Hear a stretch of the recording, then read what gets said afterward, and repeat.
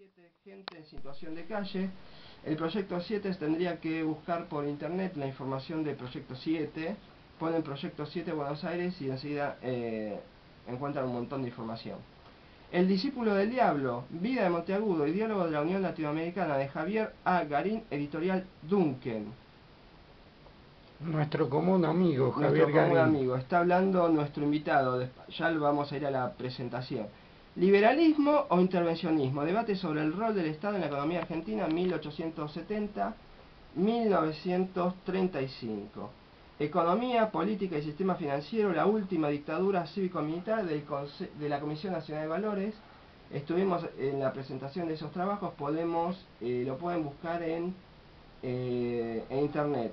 Ponen Comisión Nacional de Valores, Economía, Política y Sistema Financiero, la última dictadura cívico-militar, y ahí hay un montón de información sobre una gran cantidad de delitos financieros que se cometieron durante la dictadura militar.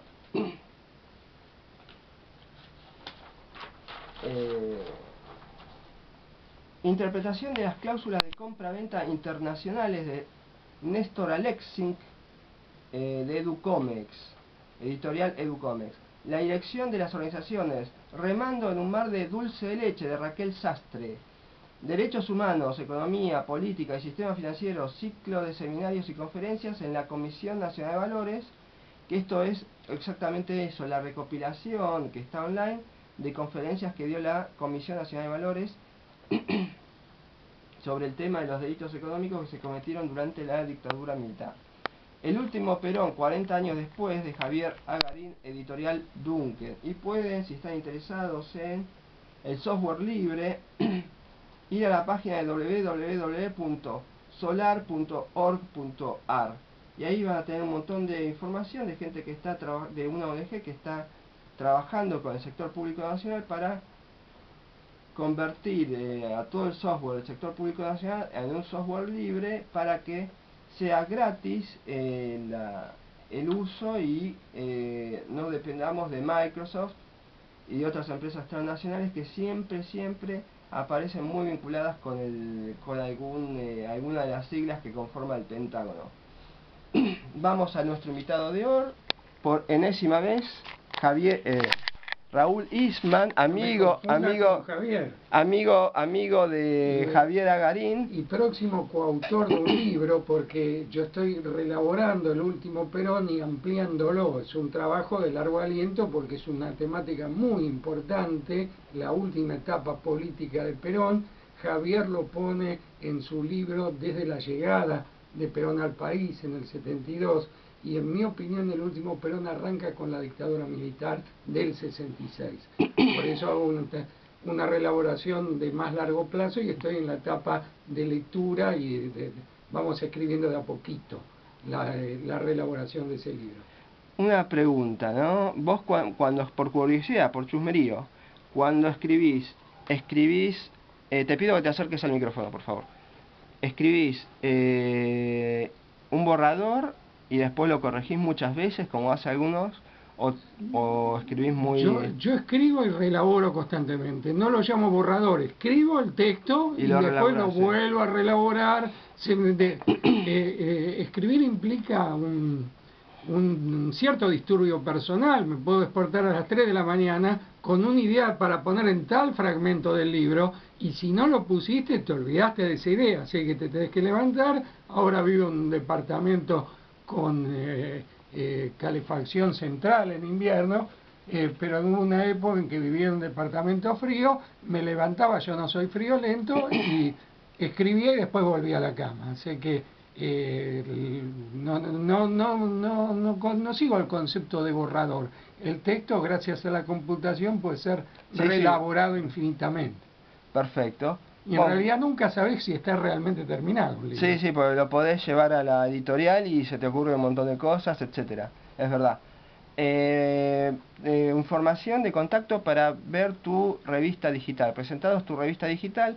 Es muy interesante, siempre que la leí encuentro un montón de información que no te va a brindar, por supuesto, el grupo TN.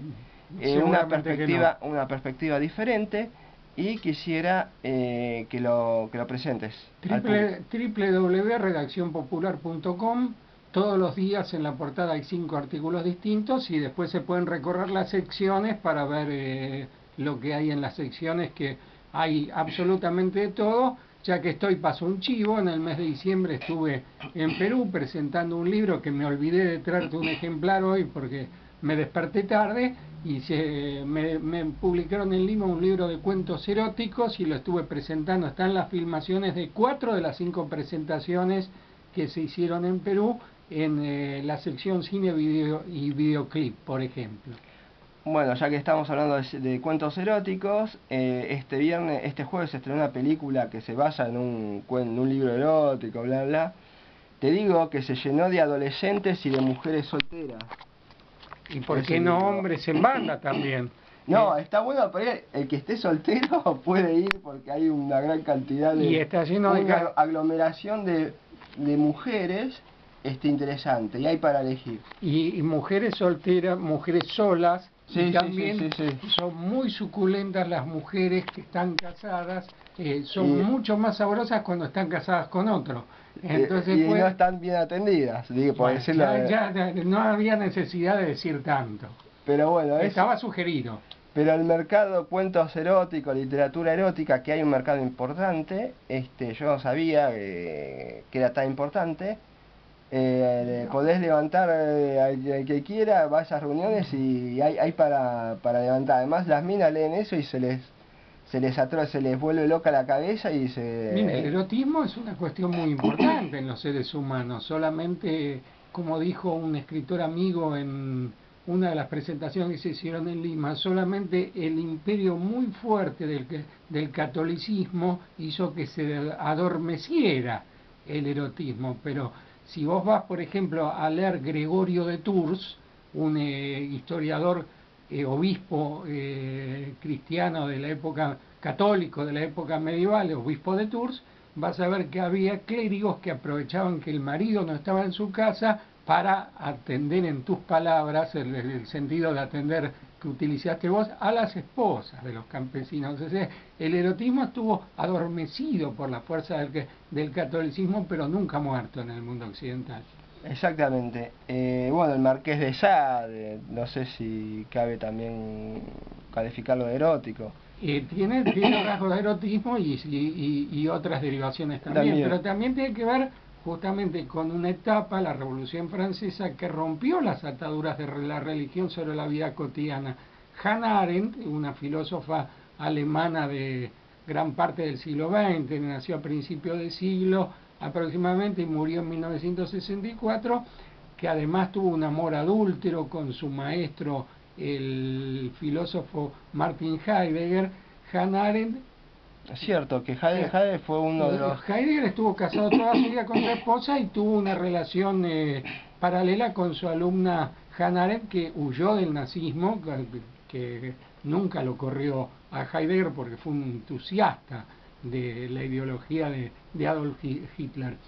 Pero Hannah Arendt dice que la secularización es la pérdida de la influencia de la Iglesia Católica en la vida cotidiana, o, para decirlo en sentido más estricto, la separación de la religión de la política, la apertura a una mirada profana sobre la política y sobre la vida cotidiana de las personas.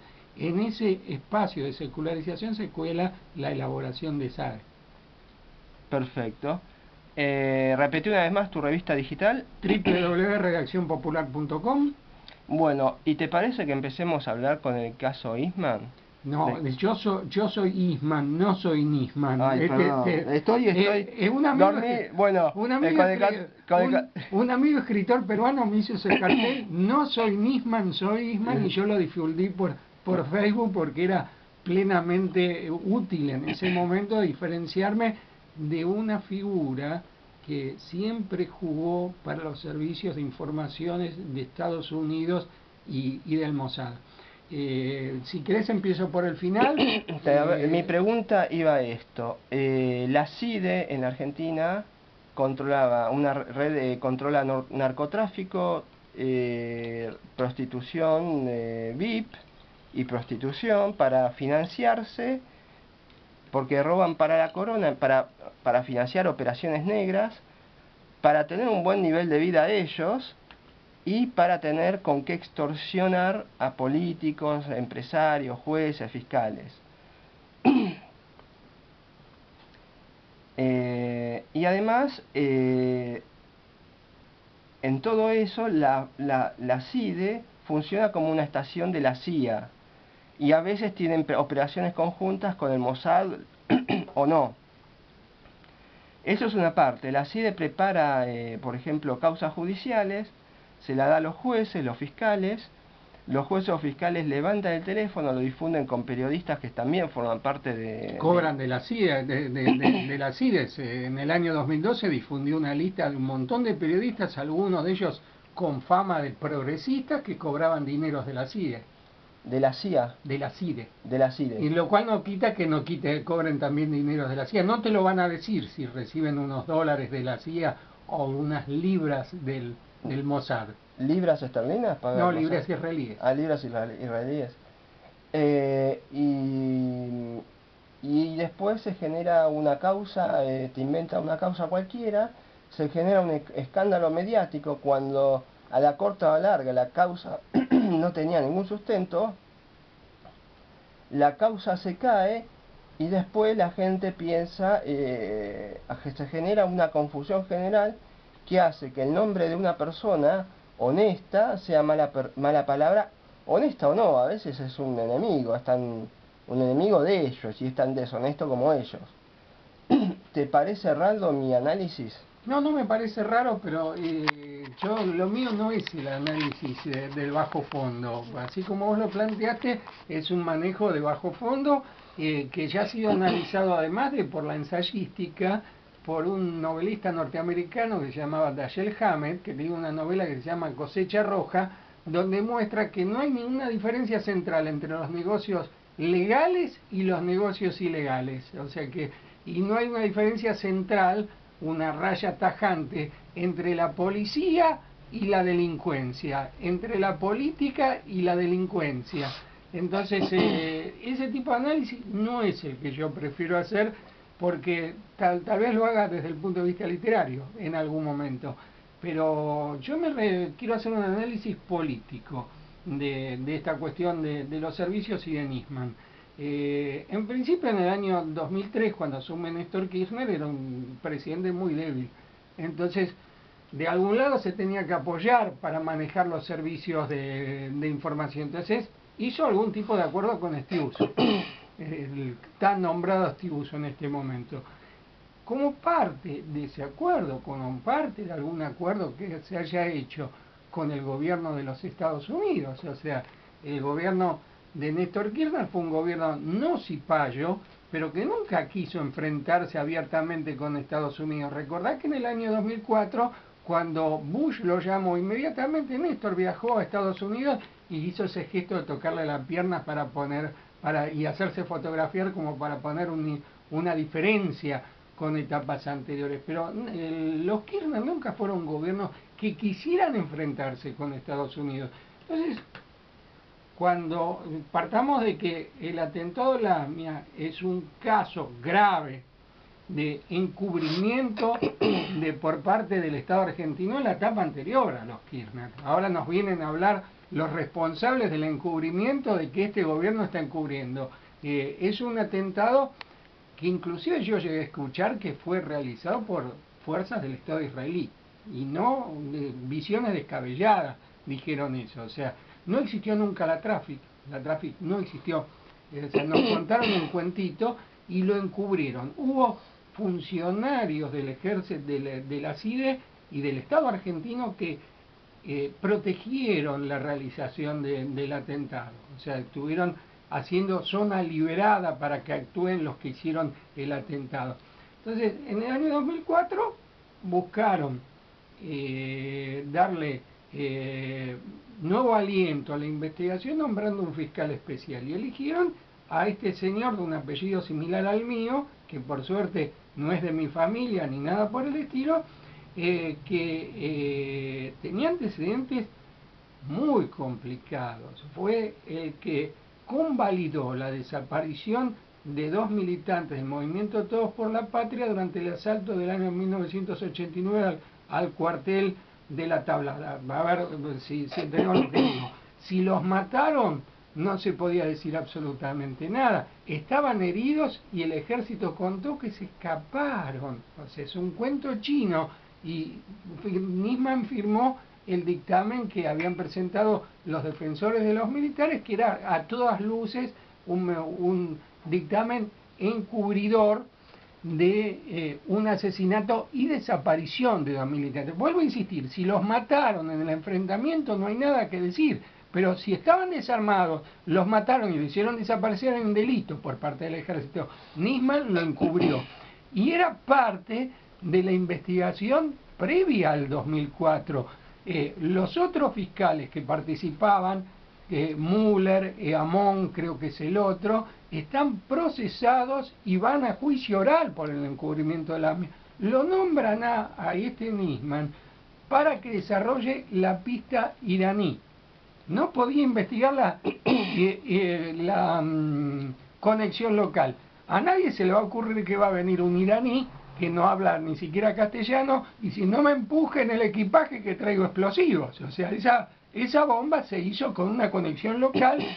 Juan Salinas, que es una de las personas que más investigó el caso, afirma que la conexión local corrió por cuenta de los Carapintada, que eran relativamente importantes en aquel momento, los restos de las sublevaciones de Rico y Zeneldín de los años 80 y principios de los años 90, y en los años que Nisman estaba investigando la conexión iraní, no puso una sola prueba. Cuando fue detenido un funcionario iraní en Londres, cuando le pidieron a Nisman... Suleimanpur, nunca me... Estos iraníes tienen la costumbre de no llamarse Juan Carlos Rodríguez o César González, y uno no se puede acordar de todos los nombres. No me traje machete para eso. Le pidieron a Nisman las pruebas y lo tuvieron que liberar e indemnizar por esa detención. Y hasta último momento, hasta poco antes de la muerte, el expediente no tiene una sola prueba contra Irán. Entonces, en algún momento, después de lo que fue el atentado a falsa bandera de Charlie Hebdo en París, yo creo que el contexto general remite, de todo lo que está ocurriendo en el mundo, remite a una frase que usamos mucho en la infancia: el enmascarado no se rinde, que se refiere a niños que no dejan nunca hacer travesuras.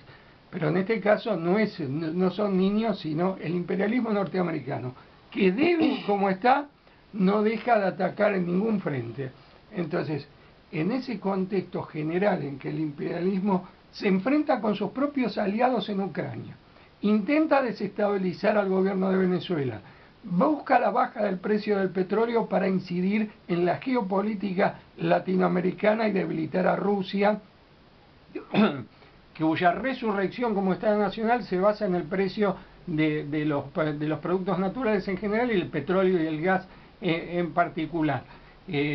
Cuando Estados Unidos está apretando las tuercas en Ucrania, a pesar de su debilidad, lo que quieren los Estados Unidos es pasarle la factura a los Kirchner de, en principio, lo que ocurrió en el 2005, cuando Néstor Kirchner, Luis Ignacio da Silva y el inolvidable comandante Chávez le dijeron no al ALCA. Entonces le están pasando la factura y lo mandan a Nisman a hacer una operación para algo que Nisman no se dijo, que Nisman no estaba encargado de investigar a la Presidente. Tenía que investigar el caso AMIA. No podía decir, si pasaba un ladrón por la puerta de él y lo reconocía, no lo tenía que investigar. Él tenía una finalidad precisa. No tenía que investigar un supuesto encubrimiento de la AMIA. Entonces, en ese contexto, hay que pasarle la factura al gobierno argentino. Nisman tenía que borrarse de toda esta situación porque su actuación ha sido escandalosa, ocultando que no hizo nada durante 10 años al frente de la investigación. Se manda esta denuncia y tiene que ir al Congreso. Cuando tiene que ir al Congreso, él quería que no estuvieran las cámaras y estuviera solo el PRO y la Unión Cívica Radical. el Frente para la Victoria dice, va y queremos que se televise. Ya ese fin de semana se corría la bolilla de que Nisman no se iba a presentar, porque no tenía sustento lo que iba a decir. Ahora, todos sabemos que el lunes amanecimos con la noticia de que Nisman estaba muerto y hay dos hipótesis centrales: suicidio u homicidio. Y yo suscribo, no tengo pruebas porque lo mío no es lo jurídico, yo suscribo la idea que denunció Carlos Teilhendín, un reducidor de coches que fue acusado falsamente por vender la Trafi que nunca existió, que en la cárcel se recibió de abogado y dijo, Nisman trabajaban para el Mossad y para la CIA. Y está comprobado que el coche que él usaba pertenece a una empresa que era de la CIA, cuya apoderada es la hija de Anzorregui, el jefe de la CIDE durante el gobierno de Menem. ¿Para qué un fiscal que gana 100.000 pesos por mes necesita tener un coche de la CIA? ¿No se puede comprar un coche? No digo que se compre un coche viejo, se puede comprar un coche de 0 kilómetros perfectamente. Son pruebas más que suficientes de la vinculación externa, no relacionada con el Estado argentino de Nisman y que han sido graficadas hasta el cansancio por el periodista Santiago O'Donnell en sus libros sobre los Wikileaks. Hay uno que se llama PolitiLeaks y ArgenLeaks. Ahí dice que Nisman iba a la embajada de Estados Unidos a preguntar qué tenía que hacer. Eso ya de por sí configura un delito muy grave, que es el de traición a la patria. Entonces dice Teilhendín que como Nisman trabajaba para el Mossad, en un momento cuando ya no le sirvió más, lo mataron. Y presentaron eso como si fuera un suicidio. Todo parece indicar en la causa que no hay elementos para acusarlo para que no aparezca un suicidio. Y si el arma la prestó uno de los protegidos de Nisman, que es Lago Marcino, hay que ser muy estúpido para matar con tu propio arma a un tipo tan importante. Te hago una pregunta. Yo escuché también de gente del PRO. No tendría que haberlo dicho. Pero los asesores de ellos en estos temas decían que o fue la Mossad porque la Mossad sabía que lo iban a matar y no hizo nada para protegerlo, o fue la Mossad porque mandaron al killer para eliminarlo, porque me decían que... No es un killer, es un equipo. Es un equipo, sí. Es un equipo. Un crimen así no se hace con un solo tipo. No es un crimen en la calle. Vos tenés que entrar a un edificio, tenés que borrar todo tipo de pruebas, tenés que preparar una escena, ¿viste? Acá hay un equipo que trabajó, si es cierto que fue asesinado por la Mossad, cosa que me parece muy probable. Sí, y decían que la Mossad tiene los mejores asesinos, que si los tipos tienen que quedarse en un lugar disfrazado de plantita 20 días, lo hacen, y que cuando el momento tienen que salir y operar, operan y después vuelven. Cualquier agencia de informaciones de ese nivel tiene los mejores profesionales para hacer las cosas más terribles, y agreguemos una cuestión más: todos los jueces, todos los fiscales, todos los embajadores israelíes son miembros del Mossad. O sea, para crear una idea de la vastedad de los tentáculos del Mossad. ¿A qué te referís todos los jueces y todos los fiscales? Los jueces y fiscales de Israel son todos miembros del Mossad. ¿Y el Mossad es una agencia de inteligencia o es la única que tiene Israel? O si vos tuvieras que describir el objetivo político del Mossad. El Mossad es proveer inteligencia al Estado israelí y realizar las acciones que el Estado israelí le sugiere. Nosotros vimos en la Argentina, en el año 62, fue sacado con vida un nazi, yo no lo voy a salir a defender, que se llamaba Adolfo Eichmann. Sí. Yo no lo voy a salir a defender, pero... Vivía por acá cerca, por San Martín. San Fernando vivía. ¿Vivía en San Fernando? Vivía en San Fernando y trabajaba en la Mercedes-Benz. Se lo llevaron y terminaron haciendo un juicio en Israel y ahorcándolo. Porque todas las acciones que le interesen al Estado israelí, y el Estado israelí no es un paradigma de la legalidad, es un Estado que permite legalmente la tortura. Entonces, es un Estado, ¿Todavía hoy? todavía hoy, es un Estado que abiertamente utiliza los métodos de la dictadura en su propia legalidad. O sea que vos sos un palestino, te tienen en cana y te pueden picañar todo lo que quieren, que no cometen delito en Israel. O sea que el Mossad provee las acciones de inteligencia, la información de inteligencia que necesita el Estado, y luego los responsables políticos del Estado israelí, en este caso el primer ministro Benjamín Netanyahu, que no es el más derechista. O sea, hay gente que está más a la derecha ni la pared está tan a la derecha como algunos miembros del Estado israelí. Después